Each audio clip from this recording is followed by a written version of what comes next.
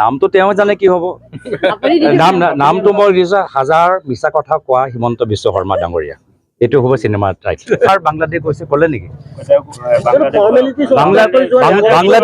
বাংলাদেশ কোনোবা বৰ্ডাৰত কি আমাৰ পুলিচৰ মানুহবোৰ হৈ আছে নেকি অফিচাৰবোৰ হৈ আছে নেকি এতিয়া চাওক এতিয়া তেওঁ মহম্মদ ইউনুছক বেয়া পায় এতিয়া এই মহম্মদ ইউনুছে তেওঁ কিতাপ কেনেকৈ পালে এই মহম্মদ ইউনুছ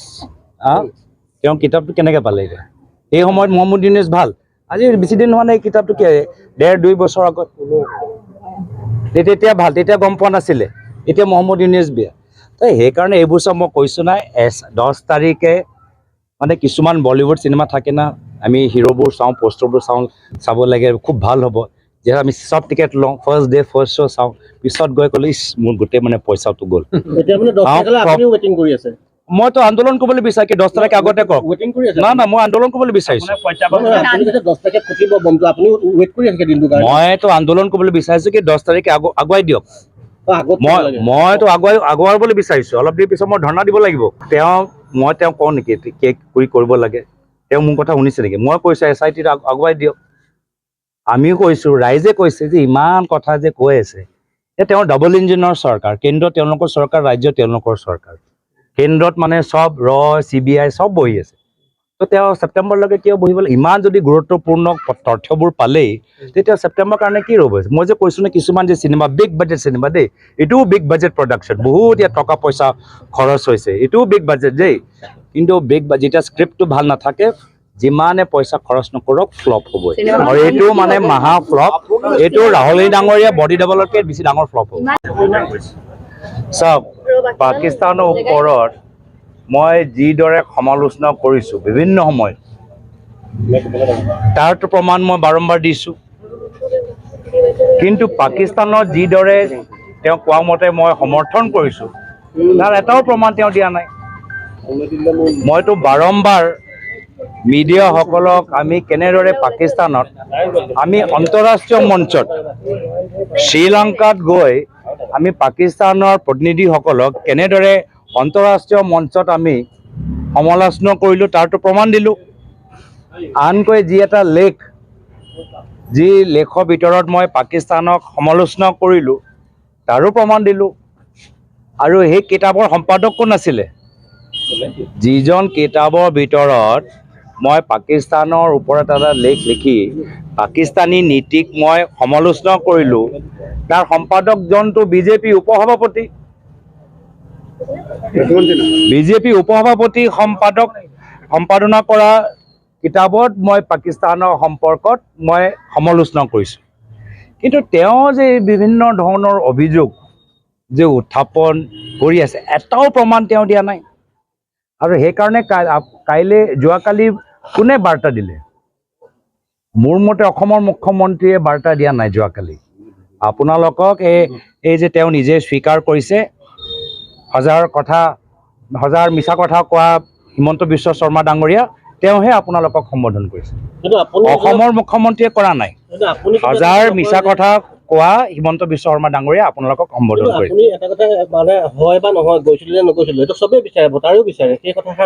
আমিও জানিবলৈ বিচাৰোঁ SIT যে জোনমণি ৰাভাৰ কি হ'ল আমিও জানিবলৈ বিচাৰোঁ যে উমৰাং চাও পিছত যি SIT গঠন হ'ল তাৰতো কোনো তেওঁলোকে আপডেট দিয়া নাই SIT জোনমণি ৰাভাৰ কি হ'ল SIT উমৰাং চাও পিছত যে অবৈধ কয়লা খননৰ বাবে সেইখিনি কি হ'ল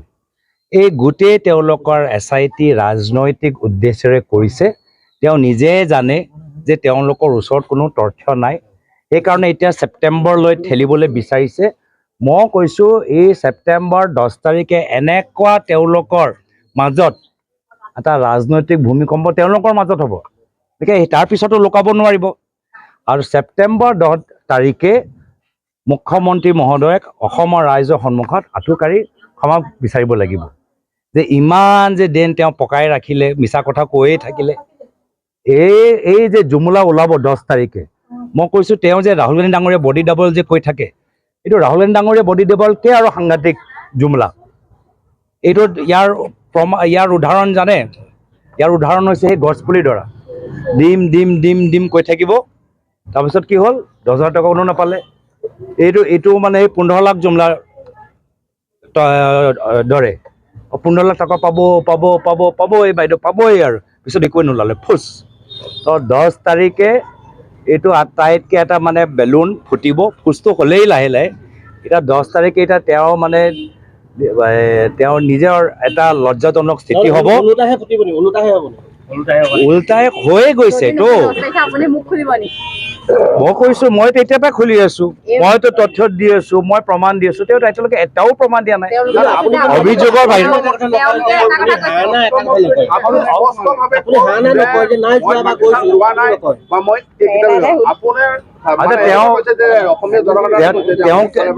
তেওঁকে বেছিটো মইহে কৈ আছোঁ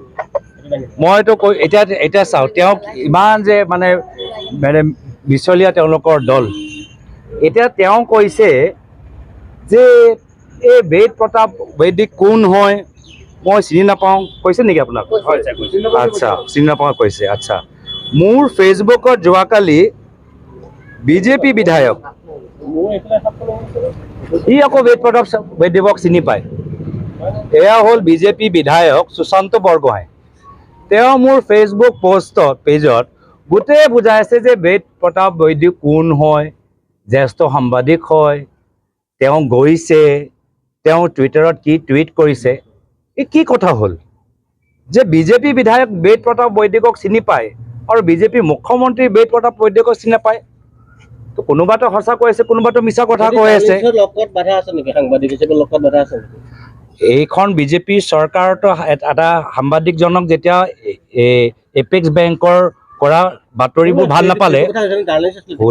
আপোনাক কৈছোঁ যেতিয়া চৰকাৰে কিছু সাংবাদিকক ভাল নাপায় চৰকাৰে এইখন চৰকাৰে বহুত সাংবাদিকক জেললৈ পঠাইছে এইখন চৰকাৰে বিভিন্ন কাৰণত সাংবাদিকৰ ওপৰত ছেডিশ্যন কেছ লগাইছে ৰাজ্য চৰকাৰ হওক কেন্দ্ৰীয় চৰকাৰ হওক বা বিভিন্ন ৰাজ্যত এতিয়া আপোনালোকৰ এজন সতীৰ্থ এপেক্স বেংকৰ কেলেংকাৰী লৈ প্ৰশ্ন কৰিলে এতিয়া ইমান বেয়া পালে যে তেওঁক জেললৈ পঠাই গ'ল এইজন সাংবাদিকে আৰু সাংবাদিককে বেছি তেওঁ RSSৰ ডাঙৰ নেতা প্ৰধানমন্ত্ৰী মোদী ডাঙৰীয়া ঘনিষ্ঠ কাক লগ পাই আহিলে হাফিজ ছাইদ যিজনে মুম্বাই যে টেৰৰ এটেক কৰিলে তাৰ গোটেই মাষ্টাৰ মাইণ্ড তেওঁ আৰু কাকো নজনাকৈ আৰু তেওঁৰ ওপৰত কোনো একশ্যন নহয় তেওঁলোকৰ ওপৰত কোনো তদন্ত নহয় তো এইবোৰ কথা এতিয়া আমাৰ ওচৰতো প্ৰমাণ আছে যে আদৱানী ডাঙৰীয়া পাকিস্তানত গৈ জিন্নাক প্ৰশংসা কৰি আহিলে যশৱন্ত সিং ডাঙৰীয়া জিন্নাৰ ওপৰত এটা কিতাপ উল্লেখ কৰিছে আনকৈ মানে আজিকালি যে মানে মানুহে ভাবে যে ছ'চিয়েল মিডিয়া তেওঁৰ ওচৰতহে আছে আপোনাৰ ৰ'ব দেই এইটো এটা কাৰ টুইট চাবচোন এয়া হ'ল হিমন্ত বিশ্ব শৰ্মা ডাঙৰীয়াৰ টুইট 11 চনত কি লিখিছে যে মই প্ৰয়াত প্ৰধানমন্ত্ৰী বেনেজীৰ বুটৰ এটা কিতাপ পঢ়ি আছোঁ ৰিপৰ্টাৰ লাইভ